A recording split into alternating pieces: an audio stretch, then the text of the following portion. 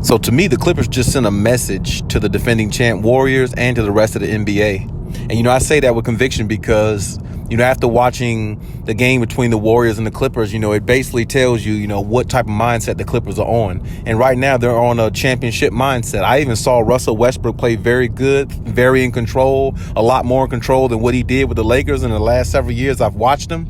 And it looked like he was playing championship mentality type basketball. And I have to give him that. I mean, he was going for, rebounds. He was he got a couple extra offensive rebounds. He knocked down his little mid-range off the glass 17-footer that he likes to take all the time. He knocked down a couple big threes, I thought, to keep the Clippers going in the fourth quarter. When Kawhi passing the ball once, PG, I think, passing the ball the other time. I think he hit both his threes from the corner. And Russ was just very good all the way around. Paul George chipped in. He had 24. He started out very, very slow. He shot pretty poor from the field, but, in the fourth quarter, he did hit a couple big shots. And, that was that. And Kawhi, I don't even know what to say about this guy. Kawhi was spectacular once again. I mean, he was shooting, I think he was like 9 for 12 or something like that and had like 27 points. I mean, Kawhi was just controlling the game so much. And it really went unnoticed because Stephen Curry was going, just crazy. You couldn't stop Stephen Curry. I mean, he was just, he was just in one of them zones where could nobody stop him. I mean, the only one could stop him was himself. That's pretty much, what type of zone Stephen Curry was in. So it didn't matter what defense was on him. When great players are at that level, it doesn't matter who's guarding them. It's just going to be what it's going to be.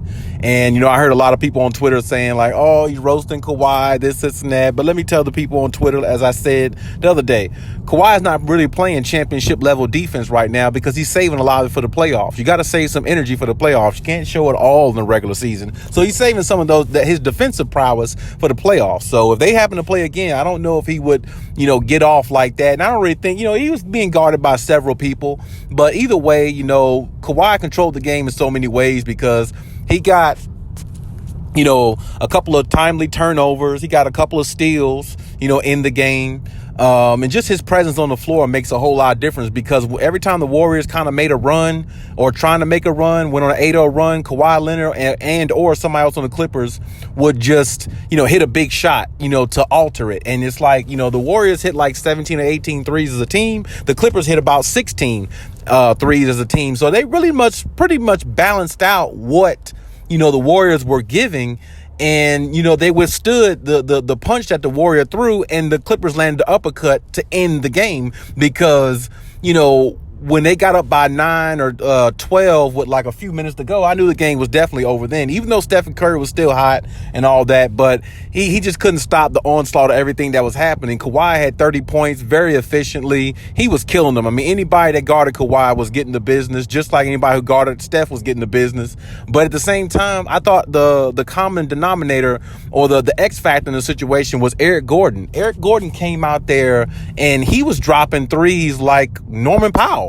I mean, he looked like Norman Powell for the moment. Norman Powell usually comes out there and give him that type of performance scoring-wise and everything. And, Eric Gordon came out there and really knocked down some big threes. I mean, he really kept the lead extended, I thought, when the Warriors tied the game at one point when Kawhi was sitting down.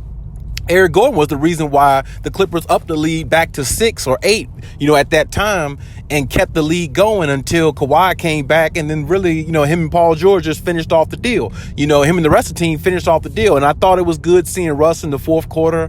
That lets me know that they trust, that they're starting to trust, or they're hoping that they can trust Russ. If they can get this out of Russ, what they got against the Golden State Warriors, the Clippers are going to be a tough team to beat. I'm just going to say that. I mean, Russ, as a team, I think the Clippers had 7 or 8 turnovers total. I think the Warriors had they had double-digit turnovers. I'll say that. So, really, the Clippers did everything they were supposed to, not turn the ball over, getting opportunities to score, getting offensive rebounds, second chance point opportunities, cashed in on a lot of those. The bench play was good. Shout out Terrence Mann also playing a great game and showing that he's that young, promising type figure that they have on their roster for the future, and possibly a big help in the playoffs too. And it was just an all-around collective effort. I think the Clippers had like 6 people in double figures. The Warriors had like 3 or 4, I believe.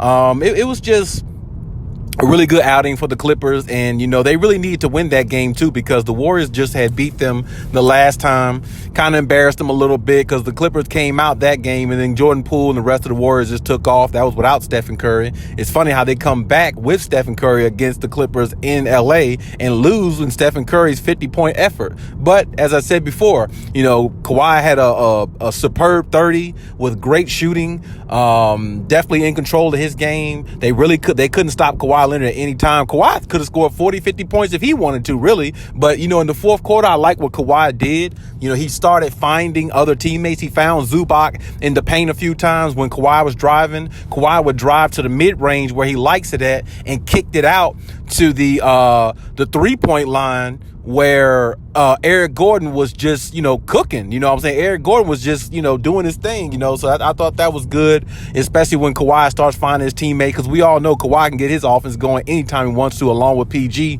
So, it was good to see everybody else kind of involved and ingratiated in the offense. And I felt like they played good enough, defense to, get the victory. Even though they couldn't stop Stephen Curry, I feel like they shut down everybody else, which was okay. You can let Stephen Curry go for 60 or 70 if he wants to, but if the rest of the team, is not doing well, your chances of winning is very good. That's the reason why the Clippers were up by double digits in the fourth quarter and, pretty much, almost won it by double digits. They won it by 8 points, I believe, 134, 126, something like that. And it was just a really great game all the way around to see that. I just like what I saw. I was really impressed by Eric Gordon. I was really superly impressed, overly impressed by Russell Westbrook. Definitely shout out him. Keep it up. Keep them turnovers down. Fight, go in there and let it all out on the line. I saw the best of Russell Westbrook I've seen in a long time, against that Warriors game, because Russ really, he played with a championship with a dog mentality, and that's the type of Russ they need. They don't need him scoring 20, 25 points, like he did in his prime. They really just need him out there to get them the ball where they need it, which is Kawhi and PG and the rest of the crew. And for him, when he had the opportunities to maybe score, go after that and be aggressive, go into the paint. If you got a wide open 3 and they're double teaming PG and Kawhi, okay, well then you take that, because between Zubac and some of the other players that they have, long defenders and long players they have like Kawhi and PG, they can get some rebounds, and Terrence Mann, they can get some offensive rebounds. You see what I'm saying? So Russ, if he takes 2 to 3 of those 3-pointers per game, it might not hurt them, because they got other people that can contribute and score and knock down shots, along with Marcus Morris and a few others.